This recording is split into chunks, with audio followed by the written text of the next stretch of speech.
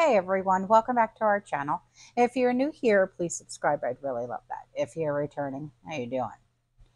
What we're going to be talking about right now is current news, world events, everything that's been going on. Okay, so grab your coffee, maybe a SNICK snack or two, even if it's just a nice tea. Okay, and let's get into it. So the first thing that we're going to talk about is what archaeologists found.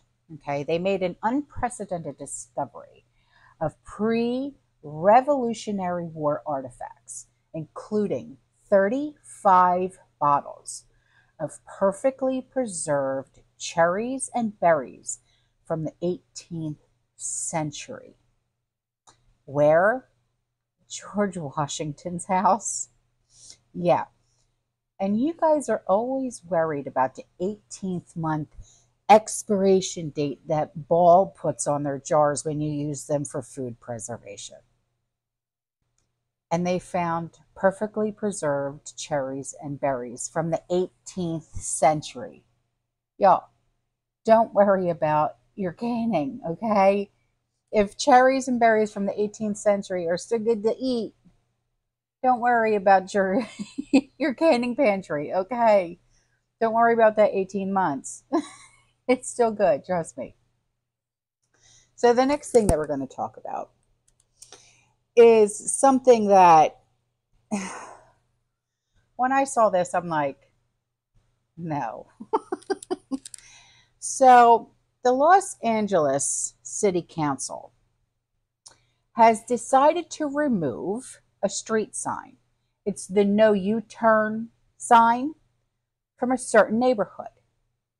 And why are they doing that? Well, they're claiming that it's homophobic. Now, the no U-turn sign, how could they say that it's homophobic? Is it because the no U-turn sign looks like a limp? Oh, never mind. Just asking. So the next thing that we're going to talk about is the fact that a Pentagon-funded company is seeking proposals to feed U.S. troops lab-grown meat at Department of Defense outputs. I mean, sure, why not? The men and women of this country only put their lives on the line for our freedoms every single day, so why not feed them the fake steak instead of the real stuff?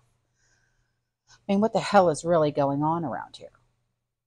It's disgusting. So the next thing that we're going to talk about is the fact that Putin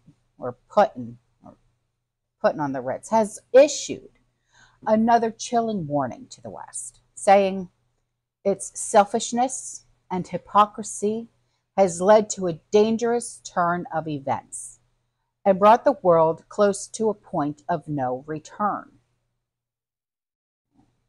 Not like we have the no U-turn sign anymore, but I'll go on. So, speaking to foreign ministry officials, the Kremlin leader said, calls to inflict a strategic defeat on Russia, which possesses the largest arsenal of nuclear weapons, demonstrate the extreme recklessness of Western politicians.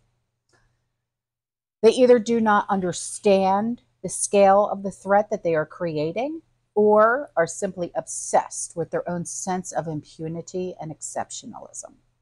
Both can lead to tragedy. So Putin also warned that plans by Western countries to provide, the other country that we've been funding with loans using interest from Russian assets frozen abroad was theft and would not go unpunished. The next thing that we're going to talk about is that the fact that the United States has sent the USS Helena, a Los Angeles class fast attack submarine, to Guantanamo Bay in Cuba for a visit. U.S. Southern Command announced that the fast attack submarine USS Helena is in Guantanamo Bay, Cuba, as part of a routine port visit as it transits the U.S. Southern Command geographic area of responsibility while conducting its global maritime security and national defense mission. The vessel's location and transit were previously planned. Was it, though? So now all those Russian surface vessels can be torpedoed by the USS Helena, and the Helena can be torpedoed by the Russian submarine Kazan, Kazan, which accompanied the Russian surface group.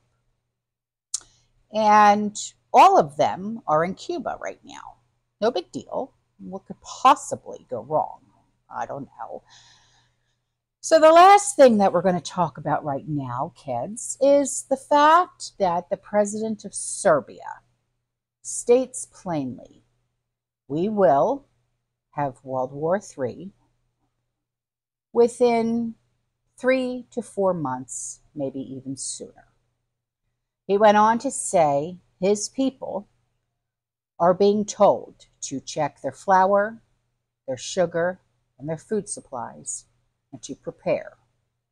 He outlines very clearly what is at stake for the collective West as it relates to the ongoing Ukraine-Russia conflict, and how, if the West loses, it falls apart politically and loses respect of the entire world. But if Russia loses, their country will no longer exist as it is shaped today. With the stakes so high for both sides, a massive collision and war seems now to be unavoidable.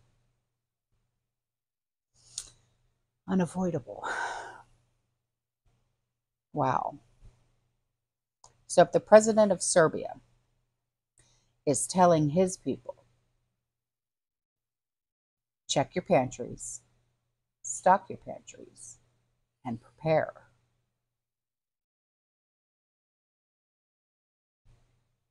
I would think that you would take those warnings, heed those warnings, listen to those words, and do the same. Lord knows I have. So, I bid you adieu. Okay, I will see you guys in the next one. Yes, you stay safe, you stay positive, you keep prepping. And as always, fear less. Ciao.